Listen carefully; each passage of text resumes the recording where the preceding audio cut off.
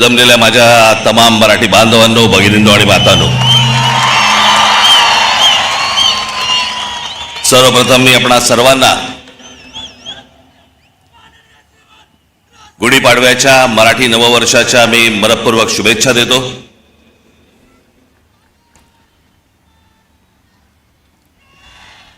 9 मार्च 2006 ला पक्ष स्थापन झाला आणि 19 मार्च 2006 ला आपली पहिली जाहीर सभा याच शिवतीर्थावरती इथे झाली।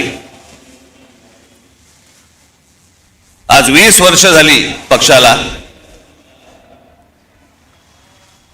आणि आनंदाची आणि भाग्याची गोष्ट अशी की 20 वर्षानंतर 19 मार्चला गुढीपाडवा यावा।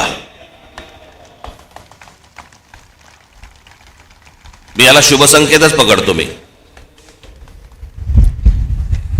हे सगळे ते निवडणुका आल्या गेल्या, झालं, शिमगे झाले, सगळं झालं। आपण जे उभे आहोत हे लक्षात ठेवा, हे महाराष्ट्रासाठी उभे आहोत। आणि मी जे बोलतोय तुम्हाला आता, हे तुमच्या टाळ्यांसाठी बोलत नाहीये। मी जो तुम्हाला शब्द दिलाय या महाराष्ट्राचा गतवैभव प्राप्त करण्यासाठी, म्हणून आपल्याला जी सत्ता घ्यायची ती सत्ता भविष्यामध्ये आपण हातामध्ये घेणार म्हणजे घेणार। हे मी फक्त तुमच्या टाळ्यांसाठी सांगत नाही, तो माझा आत्मविश्वास आहे। पण आता काय, पुढचे 3 वर्ष काही निवडणुका नाहीत या महाराष्ट्रामध्ये, त्याच्यामुळे कंत्राटदारांकडनं पैसे खायला सगळेच मोकळे आहेत।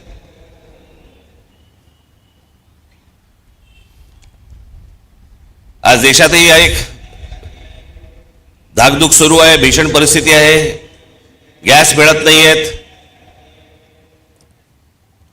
नेहमी नॉर्मलला असणारे लोक सध्या गॅसवर आहेत।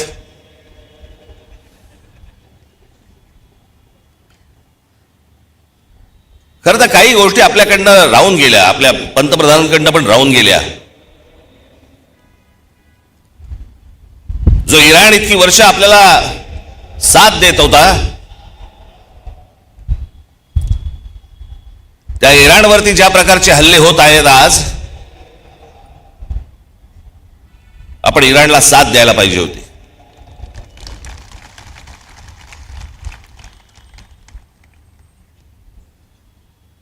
या देशामध्ये येणारं सगळं बरचसं तेल हे इराणमधनं येतं, ते आपल्याला रुपयामध्ये देतात, देत आले, पुढचं मला माहित नाही। पण खामेनी गेल्यानंतर देखील आपल्या देशाच्या पंतप्रधानांनी कुठचंही निषेधाचं एक स्टेटमेंटही काढलं नाही, हल्ल्यावरती कुठचं स्टेटमेंट काढलं नाही। जो देश आजपर्यंत जम्मू काश्मीरच्या प्रश्नावरती देखील आपल्याला पाठिंबा देत आला, भारताला पाठिंबा देत आला, त्याच्या मागे आपण आज अडचणीच्या काळामध्ये उभे राहिलो नाही, याचा त्रास निश्चित भविष्यात होणार आपल्याला।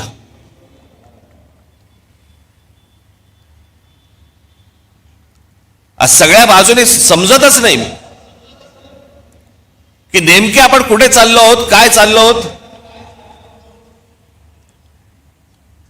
या देशामधली राज्य कुठे चालली आहेत, या देशामधली लोक कुठे चालली आहेत, प्रगती कुठे होतीये।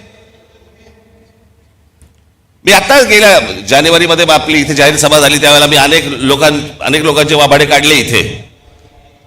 आपण पण किती अडाणी आहोत हे पण सांगितलं।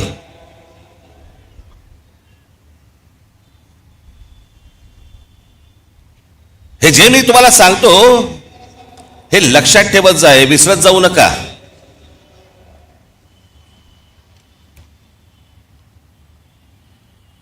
आज फुरसतीत आलायत ना, फुरसतीत जात ना जरा।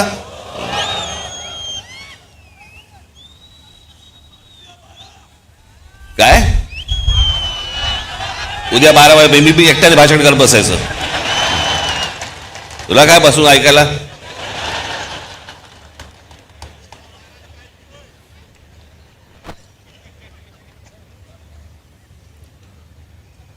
मी ज्या वेळेला राजकारणामध्ये आलो त्यावेळेला माझं पहिलं जेव्हा भाषण झालं आणि त्या पहिल्या भाषणानंतर मला जेव्हा माननीय बाळासाहेबांनी बोलवलं, एक एक वाक्य सांगितली होती त्यावेळेला, काही काही जसं स्क्रू फिट व्हावा ना तशी आतमध्ये गेली ती वाक्य. त्यावेळेला त्यांनी मला सांगितलं होतं की भाषण जेव्हा करशील तेव्हा एक गोष्ट लक्षात ठेव, काय बोललो याला महत्व नाही, आज तू येऊन त्यांना काय दिलंस याला महत्व आहे. समोरच्यांना विचार करायला काय दिलंस. आणि मी नेहमी एक भाषण करताना माझ्यावरती एक मानसिक दडपण पण असतं की मी आज काय तुम्हाला देऊ, काय सांगू तुम्हाला, नवीन काय देऊ, ज्याच्यातनं तुम्ही विचार करायला लागाल.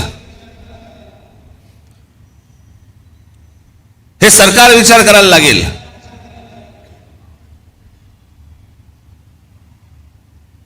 पण आज तुम्हाला सगळ्यांना, देशालाच अख्ख्या करमणुकीमध्ये गुंतवून ठेवले. करमणुकीमध्ये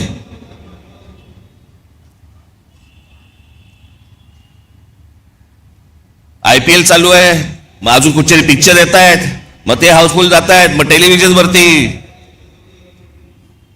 मी आज तुम्हाला सगळ्यांना एक नम्र विनंती करणार आहे, महाराष्ट्राच्या हितासाठी नम्र विनंती करणार आहे.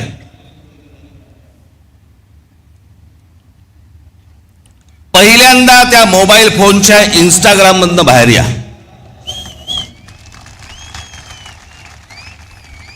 सकाळी संडास नाही, लवकर बाहेर याल. मध्यंतरी ते आमचे ते काय ते रील बाज वगैरे सगळे आले होते, मी माझ्याकडे नव्हतं ते मोबाईलवरती, ते टाकलं, ते गुंतायला होतं त्याच्यात. मी मागे म्हटलं होतं ना, ते डान्स बार बंद झाले ना त्याची लक्षणं आहेत ती. तिकडे ते बंद झालं, इथे मोबाईलवर सुरू झालं.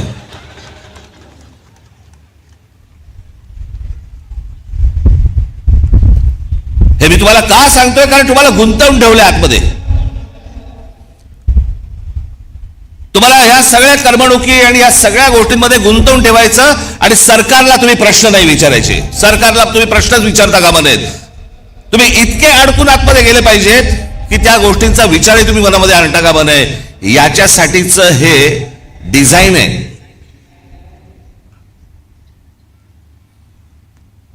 हे फक्त भारतात सुरू नाही आहे, जगभर सुरू आहे की सरकारांना प्रश्नच विचारू नयेत आणि तुम्ही अडकून राहावं. IPL मध्ये अडकावं, चित्रपटामध्ये अडकावं, टेलिव्हिजनमध्ये अडकावं, मोबाईलमध्ये अडकून राहावं. मोबाईल तर आपला एक अवयवच झालाय.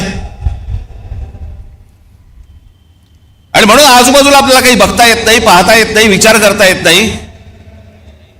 जसे पूर्वीच्या काळामध्ये लोक जसे रस्त्यावरती येत असत, आता काही नाही, मी माझा राग व्यक्त केला मोबाईलवर, आता कशाला रस्त्यावरती येऊ. हे तुम्हाला गुंतवून टाकणं आहे. आणि मग महाराष्ट्रामधले जे प्रश्न आहेत, महाराष्ट्रातले जे सत्ताधारी आहेत, यांना प्रश्नच विचारायचे नाहीत. एका बाजूला आमच्या टेलिव्हिजन चॅनलवाल्यांची वाट लावून ठेवली आहे.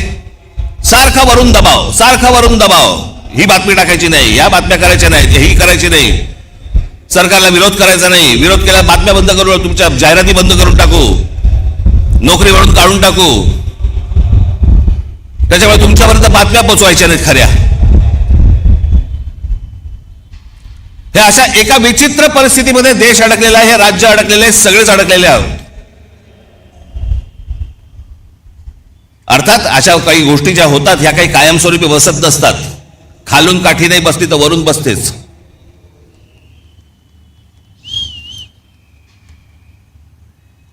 पण ह्या सतत गोष्टी मी तुम्हाला सतत का सांगतोय, ह्या डोक्यात ठेवल्या पाहिजेत तुम्ही. या करमणुकीच्या या गटारगंगा ज्या आहेत ना, या तुम्ही नका वाहत जाऊ.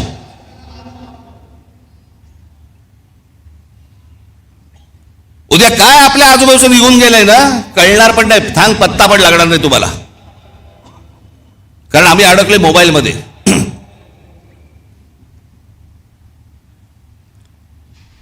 आज काय महाराष्ट्राची परिस्थिती होऊन बसली.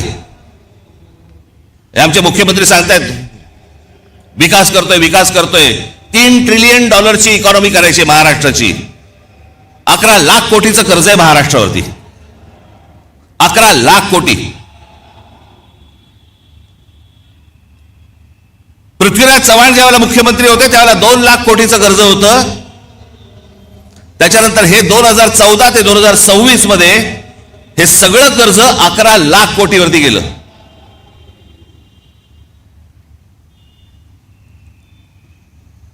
शहरांची अवस्था बघा.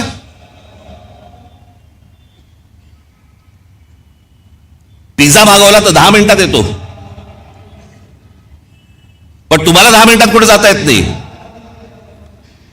सगळीकडे ट्रॅफिक जॅम, फुटपाथ भरलेले.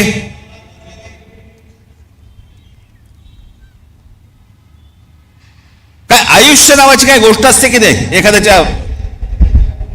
तुमच्या मनात येते की नाही की माझं काय आयुष्य आहे?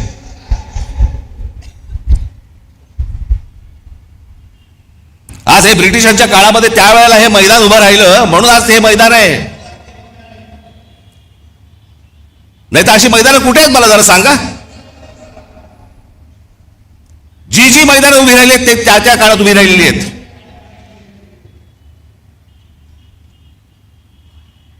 आपण काय मुलांसाठी काय करतो आहोत? लहान लहान मुलांसाठी काय बागा तरी तयार करतोय का आपण? त्या बागा बघितल्यानंतर तिकडे जावंसं तरी वाटतंय का?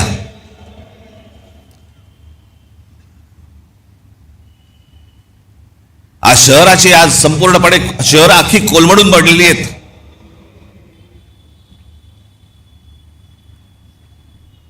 मी मध्यंतरीच मुख्यमंत्र्यांना भेटलो, उपमुख्यमंत्र्यांनाही भेटलो. या शहरांचा ट्रॅफिकचा प्रश्न, गाड्या, उद्या मी तुम्हाला सांगतो अशीच परिस्थिती जर अजून 1-5-10 वर्ष राहिली ना, घरातनं निघाल आणि तिकडेच असाल, हलता येणार नाही तुम्हाला. सगळंच गमावून बसतोय आपण, सगळं आपल्या हातातनं गमावून बसतोय.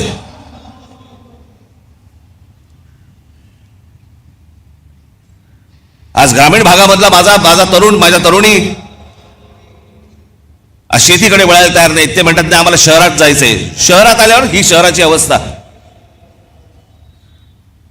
या देशातलं, महाराष्ट्रातलं प्रत्येक शहर बघा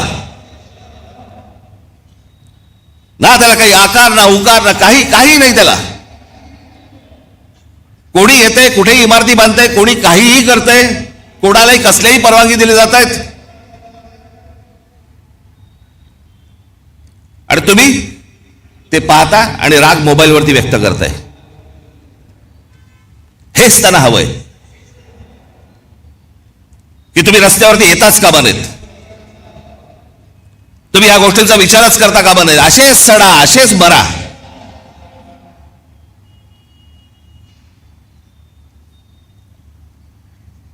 तीन वेळा आजपर्यंत कर्जमाफी झाली शेतकऱ्यांची, 3 वेळा. पण या देशामध्ये सर्वाधिक शेतकरी आत्महत्येचा आकडा महाराष्ट्रात आहे. दररोज आत्महत्या होत आहेत, रोज शेतकरी आत्महत्या करतायत. कोणाला काही पडलेलं नाहीये.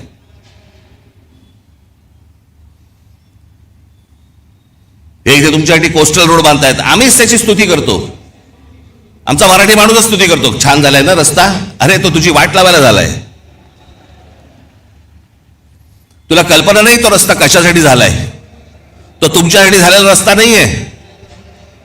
तो बाकीच्या आत येण्यासाठी आणि तुम्हाला बाहेर जाण्यासाठीचा रस्ता आहे तो.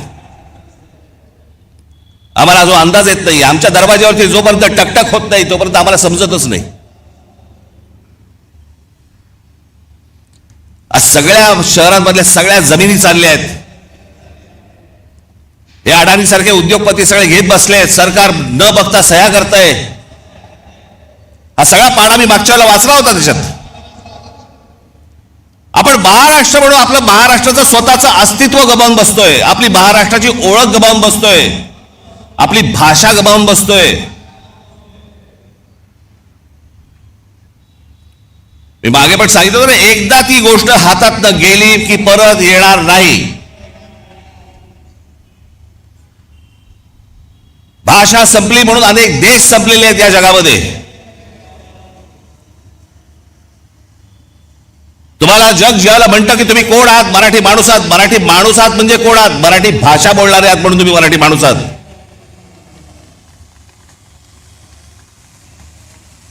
मी काही काही व्हिडिओज बघतो, अनेक लोक काही भांडण चालू असतात, मारामारी चालू असतात आणि आपलेच मराठी हिंदीमध्ये बोलत असतात. हिंदी मत बोल ना, हिंदी मत. अरे तू काय करतोय? जा दक्षिणेकडे बघा, तामिळनाडू बघा, आंध्र प्रदेश बघा, केरला बघा, लांब कशाला गुजरात बघा. प्रत्येक राज्य आपलं अस्तित्व टिकवू नये, प्रत्येक राज्य आपली भाषा टिकवू नये. आमच्याकडचे आमदार खासदार काही नाही, दुसरं काही नाही, कंत्राटदार, पैसे, रोज एवढंच सुरू आहे फक्त. महाराष्ट्र विकायला काढलाय.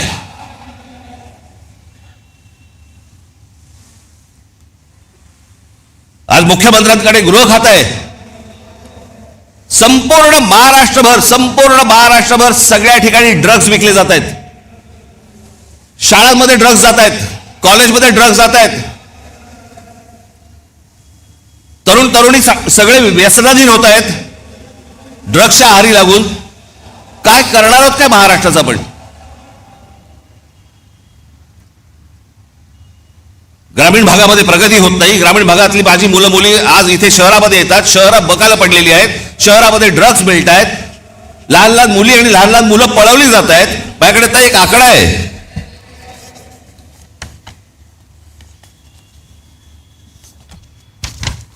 नोव्हेंबर डिसेंबर या महिन्यातल्या 36 दिवसांमध्ये, गेल्या आता नोव्हेंबर डिसेंबरच्या या 36 दिवसांमध्ये केवळ मुंबईमध्ये 82 मुलं बेपत्ता झाली. जानेवारी ते नोव्हेंबर 2025 या कालावधीत महाराष्ट्रातील नवी मुंबई शहरात तब्बल 499 मुलांच्या अपहरणाच्या घटना नोंदवण्यात आल्या. त्यातली 41 मुलं अद्याप बेपत्ता आहेत. 458 पोलिसांनी, आमचे पोलीस, मुंबईचे पोलीस, महाराष्ट्राचे पोलीस हे सक्षम आहेत. म्हणून त्या आई वडिलांना त्यांची मुलं मिळाली. एनसीआरबीच्या आकडेवारीनुसार महाराष्ट्रात दरवर्षी, हे मी तुम्हाला विधानसभेतलं सांगतोय आकडे, विधानसभेमध्ये आता मुख्यमंत्र्यांनी त्यांच्या भाषणामध्ये सांगितलेले आकडे सांगतोय तुम्हाला. एनसीआरबीच्या आकडेवारीनुसार महाराष्ट्रात दरवर्षी साधारण 4,500 ते 5,500 मुले बेपत्ता होतात. काय होत असेल त्यांच्या आई वडिलांना? 4,500 ते 5,500 मुलं बेपत्ता होता. हा महाराष्ट्र, असा होता महाराष्ट्र.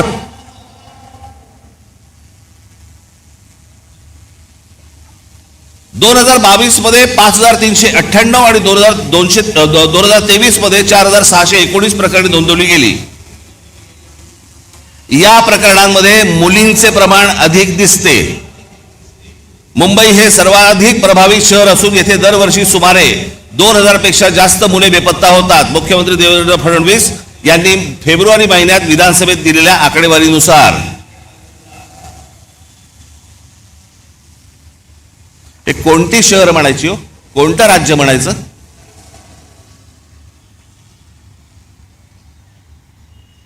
तुमच्या भाषेची हमी नाही, तुमची हमी नाही, तुमच्या पोराबाळांची हमी नाही, कशाचीही हमी नाही. अशी कुठचीही हमी नसलेलं हे या राज्यामध्ये तुम्ही राहताय आणि म्हणायचं आम्ही शिवरायांच्या राज्यात राहतो.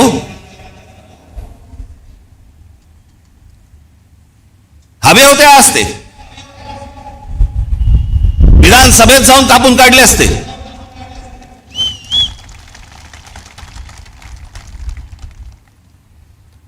पण आम्हाला माहितीच नाही. राज ठाकरे जेव्हा सांगणार आकडे तेव्हा आम्हाला कळणार, कारण आम्ही कशात गुंतलोय? आम्ही इंस्टाग्राम मध्ये गुंतलोय.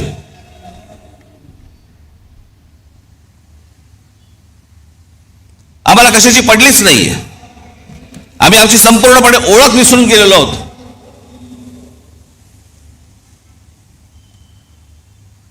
मी आज एक मुद्दा म्हणून एक गोष्ट तुमच्यासाठी आणलेली आहे. मी बोलीनच, पण त्याच्यानंतर तुमच्या लक्षात येईल तुम्ही कोण आहात, तुम्ही कोणत्या भूमीत जन्माला आलात, तुम्ही कोणाचे वारस आहात. मी नेहमी सांगतो ना, हा महाराष्ट्र दरवेळेला देशाला दिशा दाखवत आला, या हिंद प्रांताला दिशा दाखवत आला. त्या महाराष्ट्राकडे कधीतरी तुम्ही नीट जवळून पाहिलेत का, की या महाराष्ट्राची नेमकी क्षमता तरी काय आहे?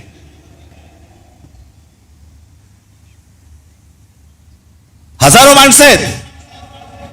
मी थोडक्यात काही माणसं तुमच्या समोर आणलीत. फक्त महाराष्ट्राची तुम्ही फक्त परंपरा, महाराष्ट्राचा फक्त इतिहास फक्त तुम्ही फक्त बघून घ्या.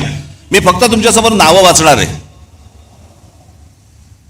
ही नावं माझं भाषण संपल्यानंतर तुम्ही कदाचित त्या युट्यूबवर जा, मुद्दामून सांगतो युट्यूब बघा, कारण त्याच्यावरती चांगली माहिती असते, त्याच्यावरती चांगल्या डॉक्युमेंटरीज असतात, जगाची माहिती मिळते. इंस्टाग्राम नको. मी तुम्हाला आता फक्त काही माणसं तुम्हाला समोर वाचून दाखवणार आहेत जे आपण विसरलेलो आहोत. आपल्या महाराष्ट्राची ताकद आपण विसरलेलो आहोत. हा महाराष्ट्र असा का? या महाराष्ट्रामध्ये या बाहेरच्या प्रांतांमधून लोक इथे का येतात? या महाराष्ट्रामध्ये ही महाराष्ट्राची भूमी ही कोणी मशागत केली? हा सुसंस्कृत महाराष्ट्र घडला कसा? मला असं वाटतं ही फक्त नावं तुमच्यासमोर मी पटापटा पटापटा वाचतो, तुमच्या अंदाज लक्षात येईल की आपण कोण आहोत ते. पहिली संत परंपरा दिसतंय का तुम्हाला? संत ज्ञानेश्वर, संत तुकाराम, समर्थ रामदास, संत जनाबाई, संत नामदेव, संत एकनाथ. इतिहास आमच्या जिजाऊ साहेब. या देशामधली पहिली बंडखोर स्त्री, पहिली बंडखोर स्त्री, ज्या स्त्रीने, ज्या आईने स्वतःच्या वडिलांना विचारलं होतं की दुसऱ्यांकडे कशाला चाकरी करता. स्वतःच्या नवऱ्याला विचारलं स्वतःचं राज्य निर्माण करा, दुसऱ्याकडे कशाला जाता. आणि मग एक सूर्य जन्माला दिला. आणि स्वराज्य काय असतं हे त्या मातेने त्या पुत्राकडनं घडवून घेतलं. ती बंडखोर स्त्री या महाराष्ट्रात जन्माला आली. छत्रपती शिवाजी महाराज. दुसऱ्यांचं नाही, माझं स्वतःचं राज्य पाहिजे, तो स्वराज्य हा शब्द त्यांनी दिला.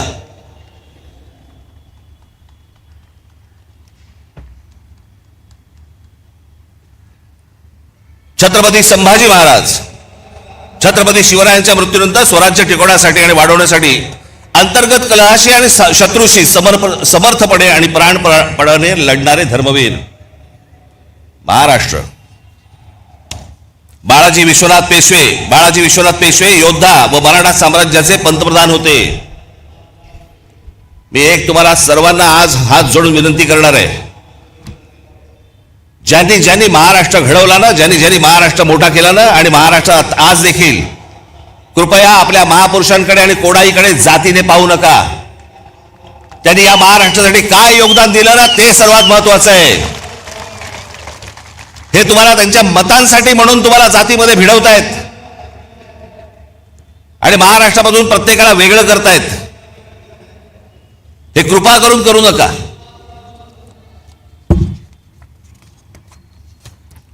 पहिले बाजीराव पेशवे छत्रपती शिवाजी महाराजांनंतर मराठी मुलखात तेवढाच आत्मविश्वास आणि स्वराज्यनिष्ठा निर्माण करणारे आणि मराठी साम्राज्याचा विस्तार करणारे. अहिल्याबाई होळकर मराठा साम्राज्य, शिंदे होळकर नागपूरचे भोसले साम्राज्य, मराठा साम्राज्य संपूर्ण हिंद प्रांतावरती वचक ठेवला. गायकवाड हे गुजरातमध्ये, या राज्याच्या जडणघडणीत गायकवाड घराण्याचा मोठा वाटा. बँक ऑफ बडोदा युनिव्हर्सिटी आणि गुजरातमध्ये अनेक रेल्वे मार्ग त्यांनी सुरू केले. तात्या टोपे, झाशीची राणी लक्ष्मीबाई. आता ह्या 18व्या शतकातील मराठी नावं ज्यांनी मुंबईला आकार दिला, जगन्नाथ शंकर शेठ. तुम्हाला भाऊचा धक्का माहिती आहे ना? भाऊ लक्ष्मण अजिंक्य एक मराठी माणूस होता, कंत्राटदार होता, त्यांनी भाऊचा धक्का बांधला. सीताराम खंडेराव वैद्य, नाव पण माहिती नसेल तुम्हाला. सीताराम खंडेराव वैद्य म्हणजे कोण? हे जे टाटांचं ताजमहाल हॉटेल उभं आहे ना, या ताजमहाल हॉटेलचे आर्किटेक्ट.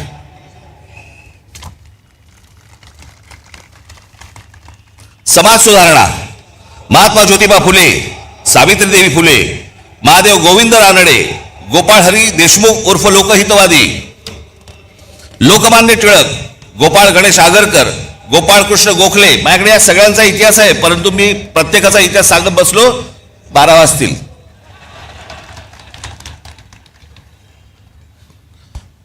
गोपाळकृष्ण गोखले, शाहू महाराज, भारतरत्न डॉक्टर बाबासाहेब आंबेडकर,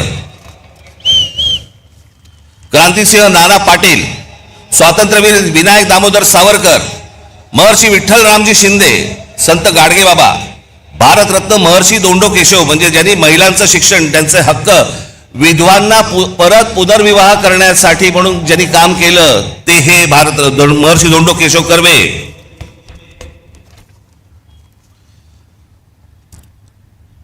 रामकृष्ण गोपाळ भांडारकर, हे भांडारकर युनिव्हर्सिटी आहे ना. भारतरत्न पांडुरंग वामन काणे, थोर भारतीय प्राच्य विद्या संशोधक, संस्कृत पंडित, धर्मशास्त्राचा इतिहास लिहिला या माणसाने. हे सगळे महाराष्ट्रात जन्माला आले तर. भारतरत्न विनोबा भावे, प्रबोधनकार ठाकरे, तुमचे आजोबा. धर्मातील चुकीच्या रूढी परंपरांवरती प्रहार करणारा हा माणूस. त्याची पुस्तकं आजही आणून वाचा तुम्ही.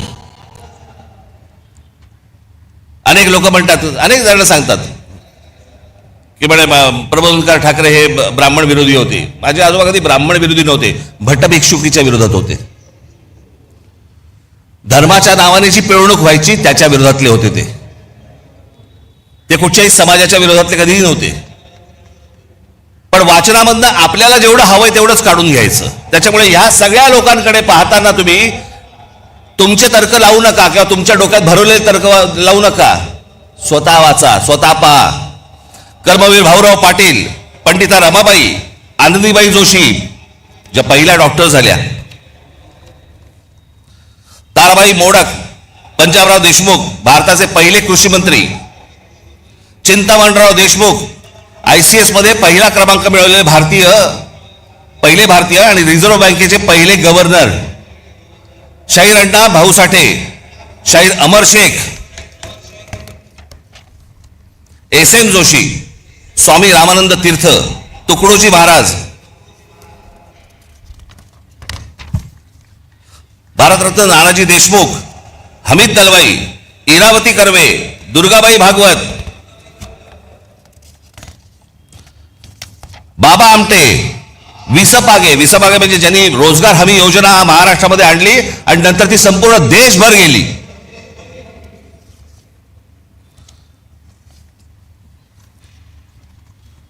अनेक नेते होऊन गेले महाराष्ट्रामध्ये, पण एक माणूस, असा माणूस महाराष्ट्रात कशाला देशात नाही झाला, ते म्हणजे माननीय बाळासाहेब ठाकरे.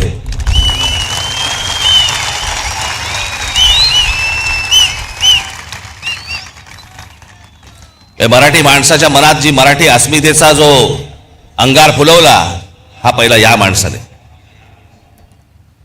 या देशातल्या हिंदूंना हिंदू म्हणून मतदान करायला लावणारा हा पहिला या देशातला माणूस आणि जागतिक दर्जाचा व्यंगचित्रकार शरद पवार. आज अनेक गोष्टी त्यांच्या नावावरती आहेत, अनेक मतभेद असतील, पण ज्या योग्य गोष्टी आहेत त्या मला असं वाटतं योग्य असल्याच पाहिजेत. आज आपण रस्त्यावरची फळं पाहतो ना, जे कधी पाहत नव्हतं पूर्वी, आता आपल्या लक्षात पण येणार नाही की हे कधी सुरू झालं. पण आपली गाडी थांबली असताना कोणीतरी येतो, एखादा माणूस स्ट्रॉबेरी घेऊन येतो किंवा काही घेऊन. फलोत्पादन याच्यामध्ये महाराष्ट्रात सर्वात मोठी क्रांती करणारा हा माणूस. जी फळं कधी पाहिली नव्हती ती सर्वसामान्यांना आज मिळायला लागली, त्याच्यामध्ये सर्वात मोठं काम करणारा माणूस. बारामतीमध्ये ज्यांनी शेतीमध्ये AI टेक्नॉलॉजी आणून शेतीमध्ये कशा प्रकारची क्रांती केली, एकदा काहीतरी जाऊन बघून पण या. सहकार चळवळ महाराष्ट्रात उभी राहिली. धनंजयराव गाडगीळ, विठ्ठलराव विखे पाटील, तात्यासाहेब कोरे, आता महाराष्ट्राच्या देशाला राजकारणाचा आकार देणारे भारतीय काँग्रेस, जो काँग्रेस पक्ष आपण म्हणतो, त्या पक्षाची स्थापना महाराष्ट्रात झाली. RSS, या RSSचे 6 सरसंघचालक झाले. या 6 संघचालकांमध्ये 4 मराठी झाले आजपर्यंत, आणि निर्माण करणारा देखील मराठीच. हेडगेवार, श्रीपाद अमृत डांगे ज्यांनी कम्युनिस्ट चळवळ मोठी केली महाराष्ट्र, शेतकरी कामगार पक्षाची स्थापना झाली 1946 साली, स्वातंत्र्याच्या 1 वर्ष अगोदर. कळलं का? ती केली शंकरराव मोरेने आणि केशवराव झेरे आणि नाना पाटील यांनी. तुम्हाला आश्चर्य वाटेल, कांशीराम यांचे आज तुमचा तो कुठचा पक्ष, बहुजन समाज पार्टी. पण ही बहुजन समाज पार्टी नंतर झाली. पहिली जी संघटना स्थापन केली बामसेफ, ती या महाराष्ट्रातल्या पुण्यामध्ये खडकीमध्ये त्यांनी स्थापन केलेली आहे बामसेफ. या सगळ्या गोष्टींची मुळं जर तुम्ही बघितली तर ही सगळी महाराष्ट्र आहेत.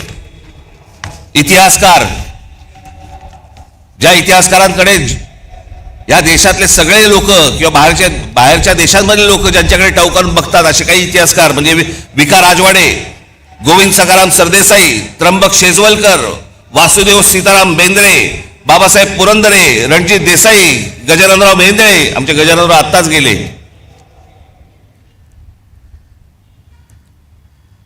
अनेकदा त्यांच्या भेटी व्हायच्या गजाननरावांच्या. काही विचारलं की ते एकच गोष्ट सांगायचे, एवढं आहे, बाकी इतिहासाच्या पानात कुठेही नाही. जेवढं खरं आहे तेवढा इतिहास ते सांगायचे. या सगळ्यांची जरा एकदा कधीतरी बघा. नुसत्याच मिरवणुका काढून, गुलाल उधळून, झेंडे उधळून काही होणार नाही आपलं. शिवाजी महाराजांचा जय जयकार, बाबासाहेब आंबेडकरांचा जय जयकार, आमच्या ज्योतिराव फुलेंचा जय जयकार. आपण काय झालंय, महाराष्ट्र प्रतिमांमध्ये अडकलाय. महाराष्ट्र ज्या दिवशी यांच्या प्रतिमेमध्ये अडकेल ना, त्या दिवशी परत आपल्याला गतवैभव प्राप्त होईल. नुसत्या आमच्याकडे प्रतिमा आहेत, प्रतिमांचं पूजन करतोय आम्ही. सायन्स, डॉक्टर वसंत गोवारीकर.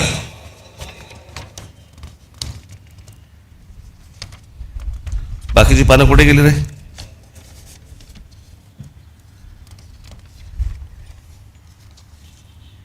त्याचे पानं नाही आहेत, बाकीची तिकडे आहेत का?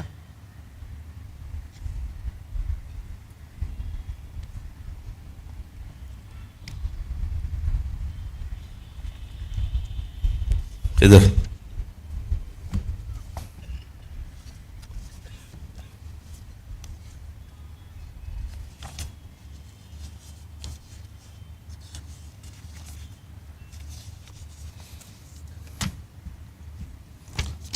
सायन्स अँड टेक्नॉलॉजी, वसंत गोवारीकर,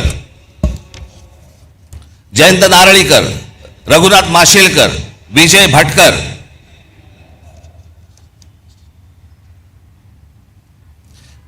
तुम्हाला कदाचित कल्पना नसेल, परंतु एक गोष्ट सांगतो.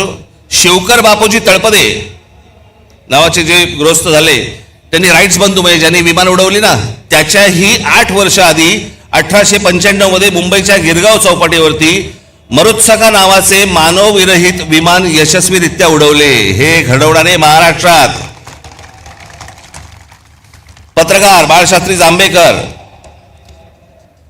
नारायण दीनानाथ वेलकर.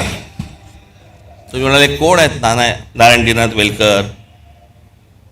तुम्ही जर ऐकाल तर तुम्हाला प्रश्न पडेल, हे आपल्यापर्यंत आलं कसं नाही अजूनपर्यंत? टाइम्स ऑफ इंडियाचे संस्थापक मालक. 1840 मध्ये मुंबईचे पहिले भारतीय महापालिका आयुक्त ते जेई ब्रेनन या ब्रिटिश व्यक्तीसोबत 1838 साली त्यांनी बॉम्बे स्टँडर्ड हे वृत्तपत्र सुरू केले, जी कंपनी 1860 पर्यंत त्यांनी चालवली. आणि पुढे रॉबर्ट नाईट या ब्रिटिश व्यक्तीने ते विकत घेतलं आणि त्याचं नाव टाइम्स ऑफ इंडिया असं ठेवलं. सुरू करणारा मराठी माणूस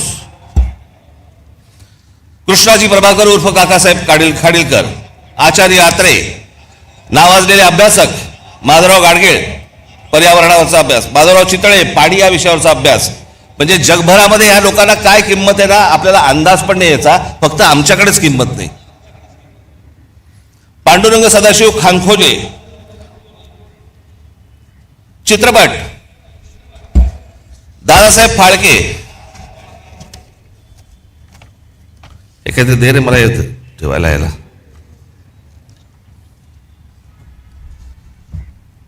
दादासाहेब फाळके, बाबूराव पेंटर, व्ही शांताराम. त्याच्यानंतर आपल्याकडच्या चित्रपट क्षेत्रातील काही मीनाक्षी शिरोडकर, शोभना समर्थ, माधुरी दीक्षित, सुलोचना. अजून एक नाव तुम्हाला सांगणार आहे ज्याच्यामध्ये तुम्हाला प्रश्न पडेल की अरे अजूनपर्यंत आम्हाला कसं माहित नाही. हिंदी चित्रपट सृष्टीमधले जवळपास 6300 गाणी, मी सांगितल्यावर तुम्हाला कळेल, 6300 गाणी ज्या जोडीने दिली त्या जोडीचं नाव आहे लक्ष्मीकांत प्यारेलाल. त्या लक्ष्मीकांत प्यारेलाल मधले लक्ष्मीकांत हे कुडाळकर होते आणि आपल्या कुडाळ मधले होते राहणारे. हे आजपर्यंत आम्हाला कोणालाही कोणी सांगितलं नव्हतं. मला माहिती होतं अर्थात, पण आमच्या महाराष्ट्रामधला एवढा मोठा संगीतकार होऊन गेला याचं आम्हाला काही कौतुक काही नाही. आमच्या लोकांबद्दल आम्हाला कौतुकच नाही. अहो आतापर्यंत आपल्याला 8 साधारणपणे भारतरत्न मिळाली. या 8 भारतरत्नांमध्ये 4 भारतरत्न ही एकट्या दापोलीमधली आहेत, पण आम्हाला काही देणं घेणंच नाही त्याच्याशी. पावा काणे, धोंडो केशव कर्वे, विनोबा भावे, आमच्या बाबासाहेबांचा जन्म इंदोरचा, पण संपूर्ण बालपण मोठेपण सगळं त्यांचं तिकडे दापोलीत गेलं. आम्हाला काही देणं घेणंच नाही या गोष्टींशी. आम्हाला आजूबाजूला पाहायचंच नाहीये. आमचा महाराष्ट्र मेला तरी चालेल. आम्हाला कंत्राटदाराकडनं पैसे मिळाले पाहिजेत.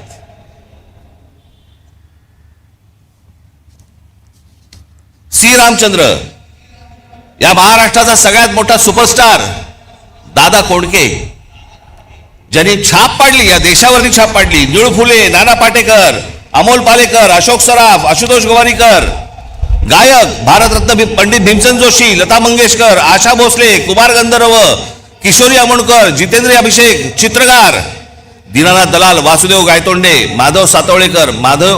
मी एकेकावरती, या एकेका माणसावरती मी एक तास बोलू शकतो. पी ए धोंड, आचरेकर, सडवेलकर, एस एम पंडित, तुमच्यापैकी बरेच जण हे त्या तामिळनाडूला आपल्या स्वामी विवेकानंदांचं जिथे पुतळा आहे ना, तिथे काही जण गेला असाल. मी गेलो होतो. पुतळा पाहिल्यानंतर मी असा उलटा मागे फिरलो. मागे वळलो तर तिथे 2 पेंटिंग्स होती. एक परमहंसांचं होतं आणि एक त्यांच्या पत्नीचं होतं. पण मी जवळ जाऊन पाहिलं तर ते एस एम पंडितांचं पेंटिंग होतं. दोन्ही पेंटिंग एस एम पंडितांची होती. या इथे बाजूच्या गल्लीत राहायची. इथे आम्हाला काही देणं घेणं नाही. आम्हाला कलेशी देणं घेणं नाही, संगीताशी नाही, साहित्याशी नाही, कशाशी नाही. फक्त आमच्याकडे झालंय जयंत्या आल्या, पुण्यतिथ्या आल्या की आम्ही फक्त मिरवणुका काढून ढोल वाढवायला सुरुवात आमच्याकडे. पण आमच्याकडे काय पेरून ठेवलंय, काय होऊन गेलंय याचा आम्हाला अंदाजच नाही.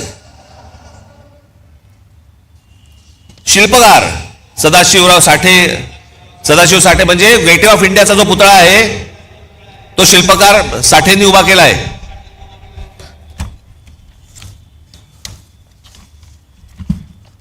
त्याच्यानंतर राम सुतार म्हणजे कोण? ज्यांनी एक मोठा पुतळा बांधला. तो पुतळा चीनमध्ये गेला आणि चीनमध्ये जाऊन त्याचा एक भव्य मोठा पुतळा बांधला गेला. तो सरदार वल्लभभाई पटेलांचा, जो आता गुजरातमध्ये आहे, तो आमच्या राम सुतारांनी उभा केला. आम्हाला काही देणं घेणं नाही. उद्योग शंतनुराव किर्लोस्कर, आबासाहेब गरवारे, रघुनाथराव चितळे, बीजी शिर्के म्हणजे या इमारतींना ज्या विटा वापरल्या जातात ना, सिपोरेक्षा, ते बनवणारे बीजी शिर्के, दाजी काका गाडगीळ, काल निर्णयचे जयंतराव साळगावकर, केसरी पाटील, राजा पाटील, ज्यांनी मराठी माणसाला जग दाखवलं. एच एस केळकर, आम्हाला माहित नाही, फक्त आम्हाला कॉलेज माहिती आहे ठाण्याचं. एस एच केळकर हे परफ्युमरीज म्हणजे अत्तराच्या व्यवसायातले जुनी माणसं. या केळकरांकडचा जो अर्क आहे ना, तो परदेशातले बरेचशा मोठे जी काही तुम्ही आता परफ्यूम जे वापरता ना, त्याचा जो अर्क आहे हा एस एच केळकरांकडनं जातो महाराष्ट्रातनं. राजीव सामंत, सुला वाईन्स, कॅमलिनचे दांडेकर, जे लहानपणापासून आपण जे बघत आलो ना, कंपास पेटी आणि सगळ्या गोष्टी, या संपूर्ण देशभर व्यवसाय उभा करणारे महाराष्ट्राचे दांडेकर, आनंद देशपांडे, रवी पंडित, बाबा कल्याणी, वासुदेव कोल्हटकर, केशव विष्णू पेंढारकर, नाटकामध्ये विष्णुदास भावे, राम गणेश गडकरी, बाल गंधर्व, केशवराव भोसले, विजय तेंडुलकर, महेश एलकुंचवार, विजया मेहता, वसंत कानेटकर, श्रीराम लागू, मोहन आगाशे, जब्बार पटेल, सतीश आळेकर, साहित्य कवी केशव सूत, कुसुमाग्रज, पु ल देशपांडे, गदी माडगुळकर, विंदा करंदीकर, शांता शेळके, नारायण सुर्वे, चिंतामण त्र्यंबक खानोलकर, बाबूराव बागुल, सुरेश भट, बंडखोर नामदेव ढसाळ. क्रीडा दिबा देवधर, मी अगदीच थोडक्यात आणली आहे ही यादी. दिबा देवधर, बापू नाडकर्णी, विजय मांजरेकर, विजय हजारे, सुनील गावस्कर, अजित वाडेकर, दिलीप वेंगसरकर, सचिन तेंडुलकर, प्रवीण ठिपसे, ग्रँड मास्टर बुद्धिबळ, भाग्यश्री ठिपसे, ग्रँड मास्टर बुद्धिबळ, अभिजित कुंटे, ग्रँड मास्टर बुद्धिबळ, खाशाबा जाधव, नावाजलेले अभ्यासक हे झाले मगाशी. एवढं भरभरून आपल्याला महाराष्ट्राला दिलंय, आपल्याला काही याची किंमत, आपण याच्यासाठी काही करतोय, ह्यांच्यासाठी नाही, आपण काही वेगळा विचार करतोय का? महाराष्ट्र कुठे होता? महाराष्ट्र अख्खा देश टवकारून बघायचा महाराष्ट्रामध्ये काय चाललंय, महाराष्ट्रात नवा विचार कोणता येतोय, महाराष्ट्रात आम्हाला काय देणार आहे. या नवीन विचाराला सतत बघणारा हा देश आज महाराष्ट्राला काय देतोय. आमच्या क्रिकेट टीम मध्ये देखील आज महाराष्ट्राचे, मुंबईचे कोण नाही हो? कोण मराठी आहेत मला जर दाखवा. एक काळ असा होता की 11-12 प्लेयर मध्ये जवळपास 8 ते 9 हे मुंबईचे लोक असायचे, महाराष्ट्राचे लोक असायचे. कुठे कमी पडतोय आम्ही? आम्ही विचारच करत नाही आहोत. आम्हाला महाराष्ट्र कसा घडवायचा आहे याचा आमचा विचारच संपलेला आहे. आमच्यावरती सरकार येत आहेत आणि लादतायत, वाटेल त्या गोष्टी रोज येत आहेत, नवीन कायदे करतायत, नवीन नियम करतायत. आम्हाला लक्ष द्यायला वेळ नाही. आम्ही गुंतलोय करमणुकीमध्ये. तुम्हा आम्हाला महाराष्ट्रातल्या या जनतेला सगळ्यांना मिळून, तरुण आणि तरुणींना, नवीन येणाऱ्या लोकांना, मुलांना हा भविष्यातला महाराष्ट्र घडवायचा आहे. हा तुम्ही आम्हीच घडवायचा आहे. सरकारवरती अवलंबून राहून होणार नाही. आणि म्हणून मी आज एक नवीन योजना तुमच्या समोर आज आणतोय. 2006 साली याच व्यासपीठावरती इथे उभं राहून मी म्हटलं होतं की मी महाराष्ट्राचा विकास आराखडा आणीन, महाराष्ट्राची मी ब्ल्यूप्रिंट आणीन. मग एका पत्रकार परिषदेत मला एका पत्रकाराने विचारलं, ती तुमची ब्ल्यू फिल्म कधी येणार आहे?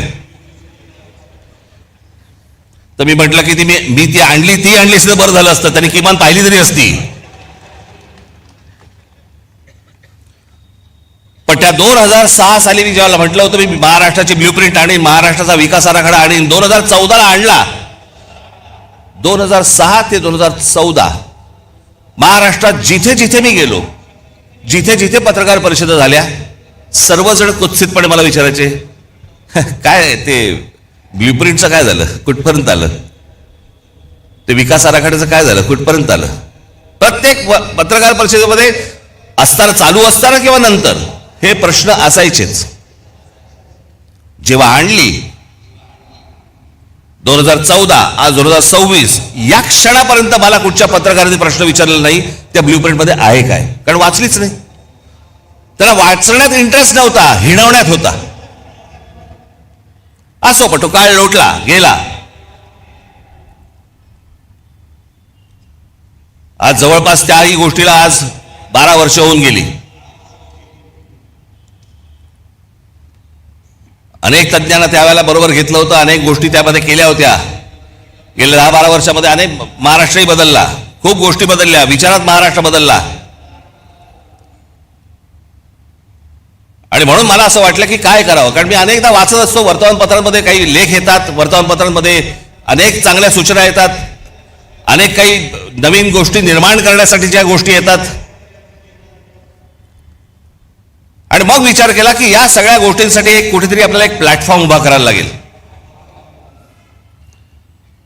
या महाराष्ट्रामधली लोक, महाराष्ट्राच्या बाहेरची कोणी, की महाराष्ट्रामध्ये नेमकं काय व्हायला पाहिजे, महाराष्ट्रामध्ये नेमकं काय घडलं पाहिजे, महाराष्ट्रात ते नेमकं घडलं ते कसं घडलं पाहिजे, अशा अनेक लोकांकडे अनेक योजना तयार आहेत. परंतु सांगायचे कोणाला, मांडायचे कोणाला? सरकार म्हणजे कोण? बोलायचं कोणाशी? मांडल्यानंतर, सांगितल्यानंतर ते बघणार कोण आहे? आम्हाला उत्तर कधी मिळणार? आणि म्हणून या सगळ्या गोष्टींचा विचार करून मी एक नवीन वेबसाईट आत्ता महाराष्ट्राला मी आत्ता अर्पण करतोय, की ज्या वेबसाईटवरती तुम्ही येऊन तुमचे विचार, पण विचार जय महाराष्ट्र साहेब,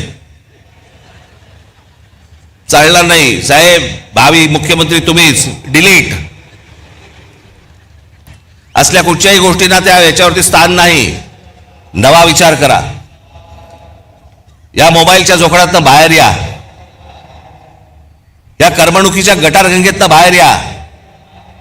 हा तुम्हा आम्हालाच महाराष्ट्र उभा करावा लागेल, हा तुम्हा आम्हालाच महाराष्ट्र वाचवावं लागेल. आणि याच्यासाठीचं म्हणून हे पहिलं पाऊल आहे. म्हणून आज तुमच्या समोर महाराष्ट्र नेक्स्ट, महाराष्ट्र पुढचा मी तुमच्या समोर उभा करतोय. आता दाखवा रे.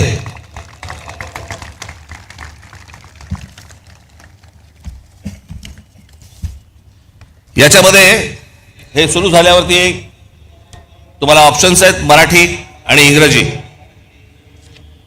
त्याच्यामध्ये तुम्ही मराठीमध्ये गेलात की त्याच्या बाजूला एक ऑडिओ फिल्म आहे, ही वेबसाईट कशी वापरायची.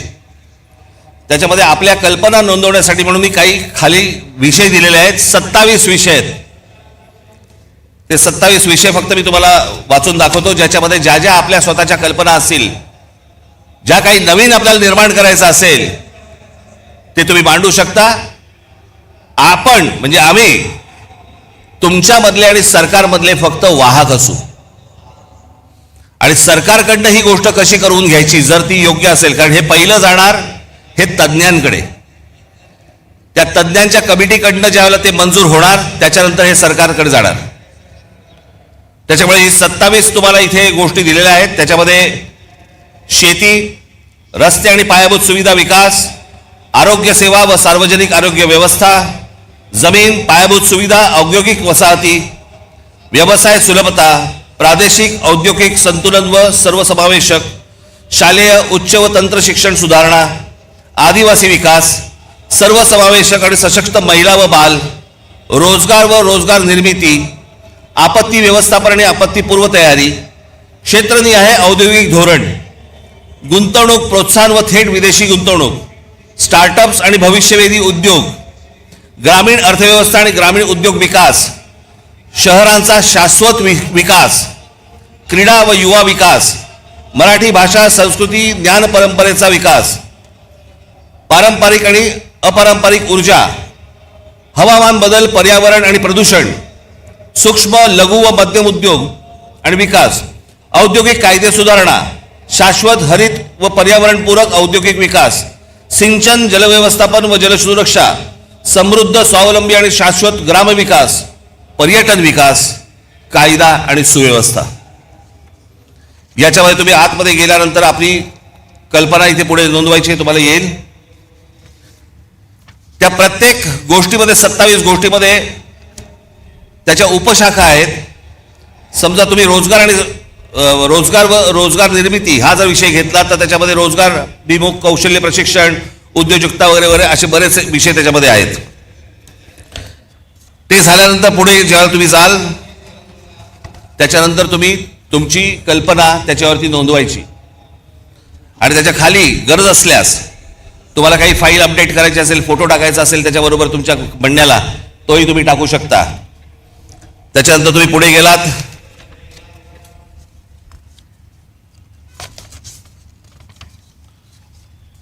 ती फाईल तुम्ही सबमिट केलीत की त्याच्यानंतर तुम्हाला मोबाईल नंबर येईल तुमचा, तो टाकायचा आहे. मोबाईल नंबर आल्यानंतर तुम्हाला एक OTP येईल तुमच्या मोबाईलवरती, तो भरायचा आहे. तो भरला की तुमचं संपूर्ण नाव, पत्ता आणि सर्व माहिती याच्यावरती द्यायची आहे. एक तुम्हाला सांगतो सर्वांना, आज तुम्ही इथे आज जे ऐकत आहात ते ऐकत आहात, टेलिव्हिजनवरती जे ऐकत असतील बघत असतील त्यांनाही माझं सांगणं आहे, तुम्ही सांगेपर्यंत तुमचं नाव आणि पत्ता आणि मोबाईल नंबर हा सरकारला दिला जाणार नाही. उद्या तुमची कल्पना जर समजा आवडली आणि त्याची जर समजा अंमलबजावणी करायची ठरली आणि त्यांनी विचारलं हा माणूस कोण आहे, तुम्हाला विचारलं जाईल की तुमचं नाव आणि नंबर द्यायचा आहे का. त्याच्यामुळे ती गोष्ट गुपित राहील, पुढे जाणार नाही. त्याच्यानंतर ढकला. आज महाराष्ट्रामध्ये सगळ्याच गोष्टींची कमतरता आहे. कोणाला काही कळत नाही. जो येतोय कोणतरी येतो, नवा काहीतरी सांगतो, त्याच्याबरोबर कंत्राटदाराला कामं दिली जातात. आपलं ऑइल बाहेरून येतं, आपला गॅस बाहेरून येतो, आपल्याकडे अनेक गोष्टी बाहेरून येतात. मग आपल्याकडे एक काहीतरी टुणटुणं वाजवलं जातं. ते टुणटुणं आहे चांगलं, पण वापरात येऊ शकत नाही, आणि ते म्हणजे स्वदेशीचं. काय करायचं त्या स्वदेशीचं मला जरा सांगा. हा देश ज्याच्यावरती चालतो ते ऑइल पण तुमचं बाहेरून येत आहे, तर काय करायचं. मग यासाठी म्हणून ही शहरं उभी करताना, जसं आज दुबई आहे, अबुधाबी आहे, अनेक देश आहेत की ज्यांनी बाहेरचे मेंदू आणले. आज संपूर्ण दुबई जी उभी आहे हे कोण करते, अरब करतायत. अमेरिकन लोक आहेत, ब्रिटिश लोक आहेत, फ्रेंच लोक आहेत, अनेक लोक आहेत, जगभरातल्या लोकांचे मेंदू आणले आणि त्यांनी त्यांचं एक देश शहर उभं केलं. आमची शहरं कार्य उभी करतायत. आमच्या शहरांना उभं करण्यासाठी, आमच्याकडे चांगलं व्यवस्थापन होण्यासाठी, आमच्या भविष्यातल्या पिढ्यांना चांगलं आयुष्य जगण्यासाठी म्हणून आम्ही का नाही बाहेरून मेंदू आणत आहोत. कसली लाज वाटते. अहो, बाहेर जाऊन नुसते पैसे आणण्यापेक्षा बाहेर जाऊन जर मेंदू आणले तर ह्या महाराष्ट्राला उपयोगाचे आहेत. नुसते पैसे काय करायचे पैशांचं. ते पैसे टक्केवारीत संपणार, त्याने काहीही हाताला मिळणार नाही. आणि म्हणून मला असं वाटतं की आज सरकारकडनं आपण नुसते फक्त आशेने फक्त बघत राहायचं, हे काही मला आवडणारी गोष्ट नाही, मला ती आवडतही नाही आणि तुम्हालाही ती आवडता कामा नाही. आणि म्हणून तुम्ही सगळेजण महाराष्ट्राचा विचार करायला लागा. तुमच्या ज्या कल्पना असतील, ज्या गोष्टी असतील त्या या आता वेबसाईटवरती मांडा. या महाराष्ट्राला आकार देण्याचा एक उत्तम कार्य हे आपल्या हातून घडो, जेणेकरून या महाराष्ट्रासाठी ज्यांनी खस्ता खाल्लेल्या आहेत त्यांनाही वरती आनंद मिळेल की माझी सर्व लोक महाराष्ट्राची, हे महाराष्ट्र वाचवतायत, जगवतायत. याच्यासाठी सगळेजण तुम्ही कामाला लागावं अशी एक आशा अपेक्षा बाळगतो आणि आज आपण सर्वांची मी रजा घेतो. धन्यवाद. जय हिंद, जय महाराष्ट्र.